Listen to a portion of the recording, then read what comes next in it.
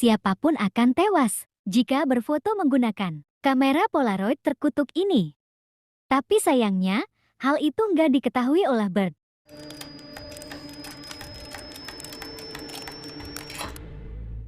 Bert adalah siswi SMU yang hobi banget fotografi. Ia juga bekerja paruh waktu di sebuah toko barang antik yang dikelola oleh Tyler Grill. Sore itu, saat akan berganti sip jaga toko, Tyler memberi Bert hadiah berupa sebuah kamera jadul yang baru aja dibelinya dari pasar loa. Tentu aja, Bert senang banget menerima barang antik tersebut. Dan sebelum pulang, Bert sempetin memotret Tyler menggunakan kamera itu. Karena terburu-buru, Bert hanya membawa kameranya aja, sedangkan tas kameranya tertinggal. Sesampainya di rumah, Bert ingin memotret anjing kesayangannya. Tapi gagal, karena Bert kaget dengan kemunculan Cassie. Lalu Cassie mengajak Bert untuk pergi ke pesta kostum nanti malam. Malam pun tiba. Mina dan Devin menjemput mereka. Tapi di dalam mobil, Bert dan Cassie malah dengerin dua sejoli itu sedang berdebat. Cuma gara-gara Devin yang melupakan 1 tahun anniversary mereka. Saat itulah Bert nggak sengaja ngeliat foto Tyler dan ada bayangan aneh di belakangnya. Bert pikir itu hanya noda dan mereka pun berangkat ke pesta dengan gembira. Sementara itu, di toko barang antik, Tyler yang baru aja menutup toko mulai diteror oleh bayangan hitam.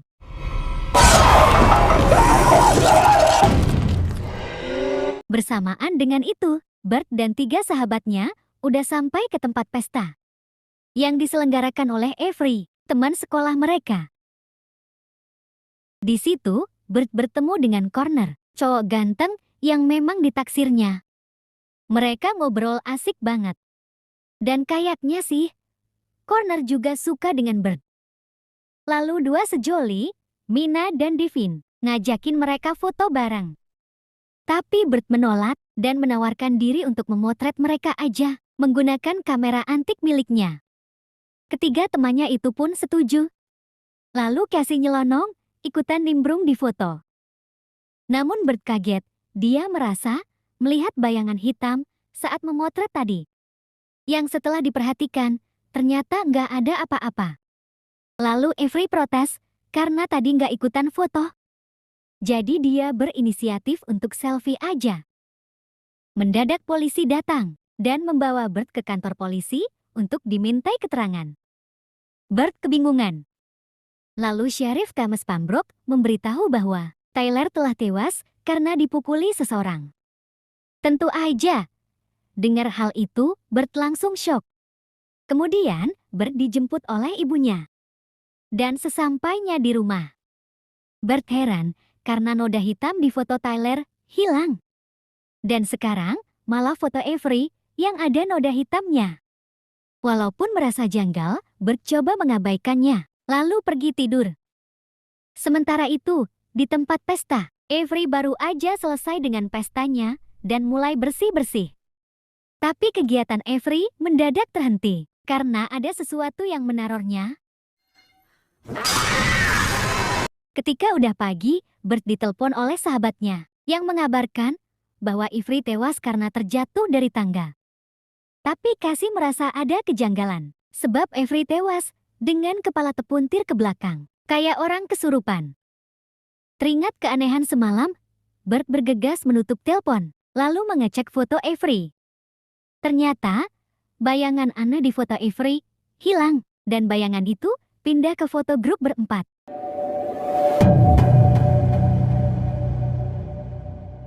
Setibanya di sekolah, Bert menceritakan kecurigaannya pada 3 sahabatnya dan juga Connor.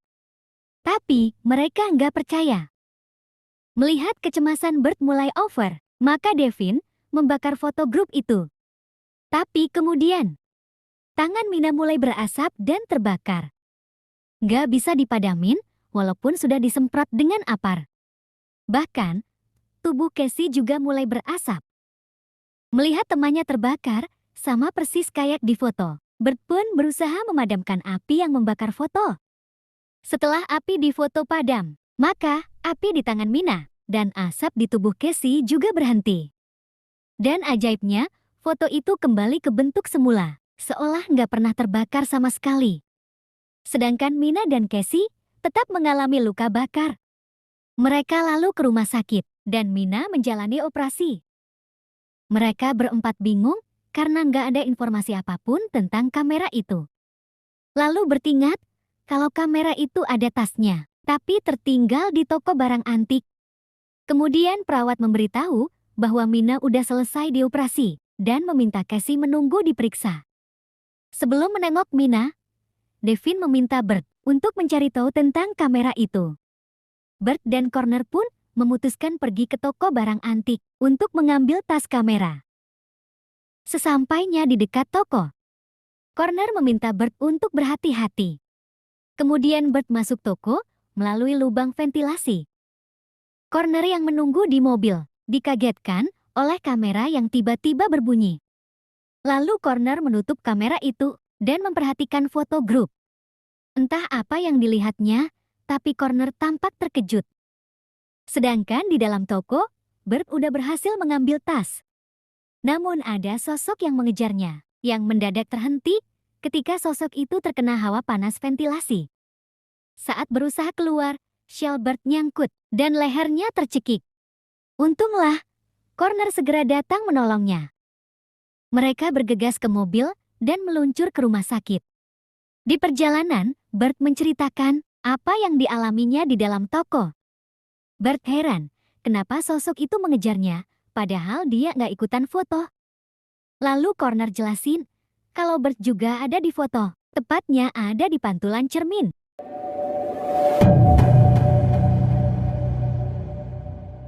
Di rumah sakit, Mina sudah sadar, dan Kevin pamit untuk memanggil perawat.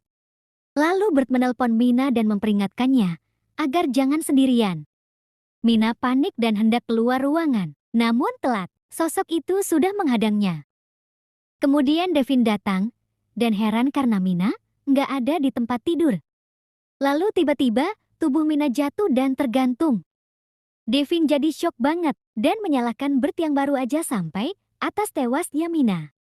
Bert cuma bisa nangis, nggak tahu harus bagaimana. Connor pun berusaha menghiburnya. Kemudian Bert dan Connor memeriksa tas kamera dan menemukan kertas kecil yang bertuliskan kasus nomor 1458, Kepolisian Lokes, bukti Polaroid SX70, tanggal 28 Oktober 1974. Berdasarkan tulisan di kertas itu, mereka lalu bergegas ke perpustakaan kota dan mencari berita di sekitar tanggal tersebut. Setelah beberapa lama berkutat dengan koran jadul, akhirnya mereka menemukan berita tentang kasus penculikan 4 siswa SMU yang dilakukan oleh seorang guru fotografi bernama Rowland Joseph Sable. Kebetulan, inisial di kamera adalah RJS, dan kebetulannya lagi, sekolah di berita sama dengan sekolah mereka. Bert dan Connor segera memberitahukan hal ini pada Casey dan Devin. Lalu Devin bertanya, ketika di toko barang antik, bagaimana cara Bert bisa lolos dari sosok itu? Kemudian Bert menceritakan kalau sosok itu mendadak stop mengejarnya dan menjadi blur ketika ada hawa panas dari lubang ventilasi. Bert yakin kalau proses terbentuknya sosok itu sama kayak cetak foto. Foto hanya bisa berkembang dalam gelap atau dengan cahaya merah redup. Dan foto nggak bisa jadi kalau kena panas dan cahaya terang. Itulah sebabnya si sosok hanya berburu dalam gelap. Devin yang mulai frustasi mengambil kamera terkutuk itu.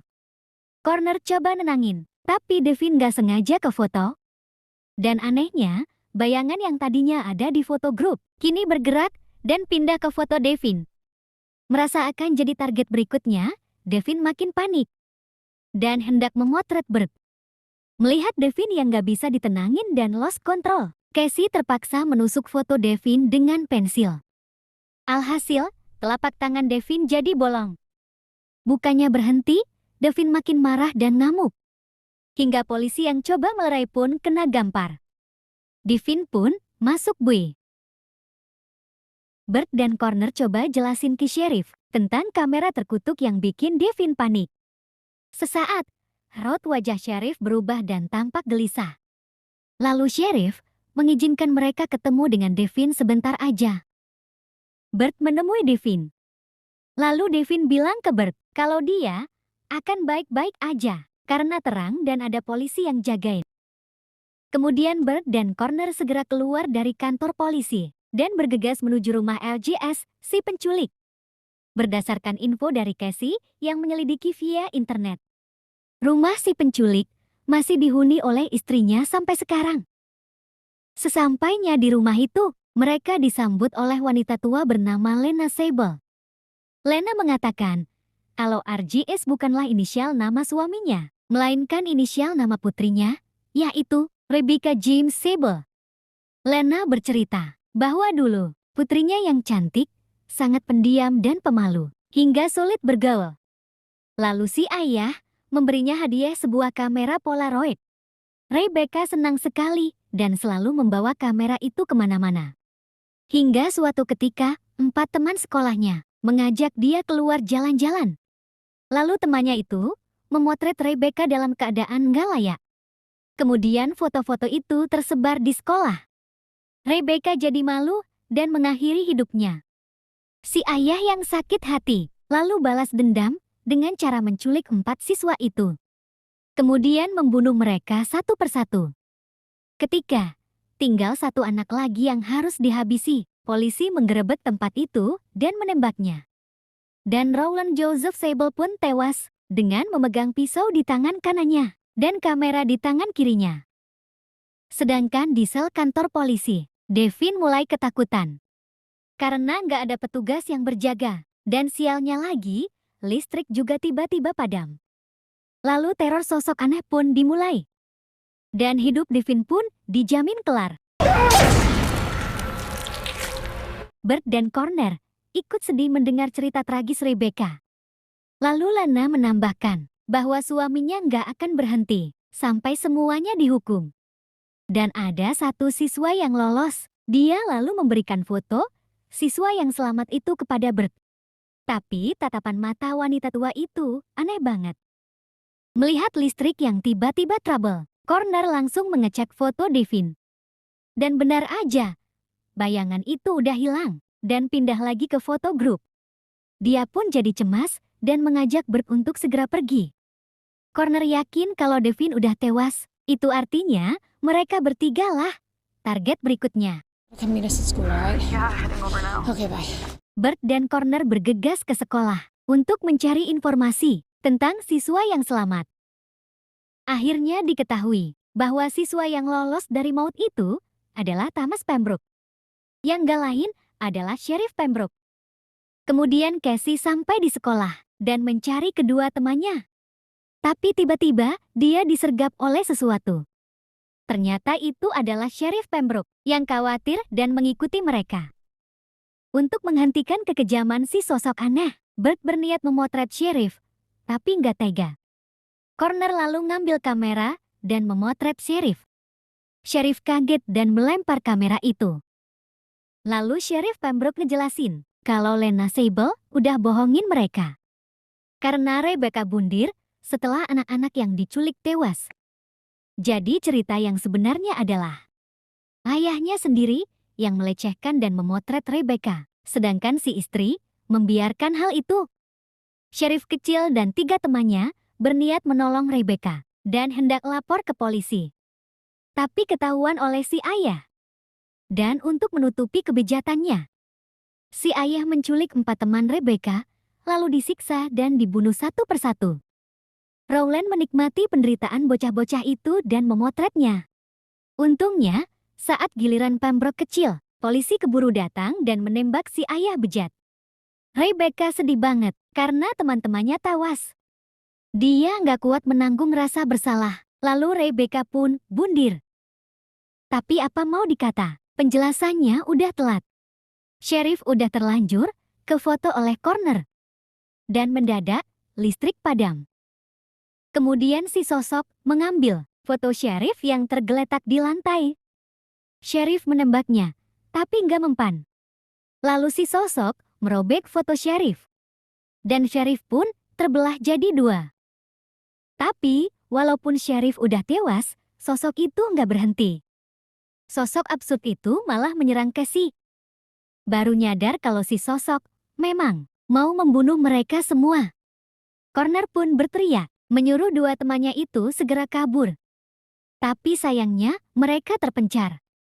Connor lari menuju pintu depan, yang apesnya lagi kegembok. Sedangkan Bert membopong Casey dan menuju lantai bawah.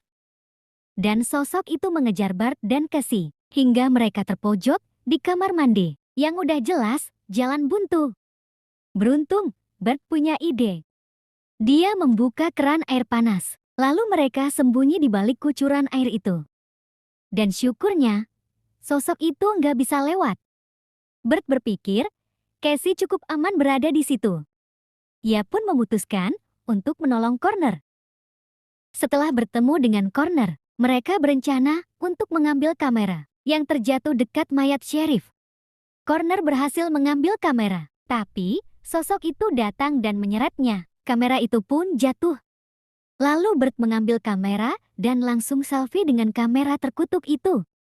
Bayangan hitam itu pun pindah ke foto selfie-nya Bert. Kemudian sosok itu melepas Connor dan mengejar Bert yang berlari sekuat tenaga menuju ruang cetak foto. Tapi Bert jatuh dan kameranya terlempar. Ketika akan mengambil kamera, sosok itu menangkap Bert dan mencekiknya. Beruntung kamera berhasil digapai. Di ruangan dengan lampu merah temaram, sosok itu jadi tampak lebih padat. Bert lalu memotret makhluk mengerikan itu. Si sosok kaget dan Bert terlepas dari cengkramannya.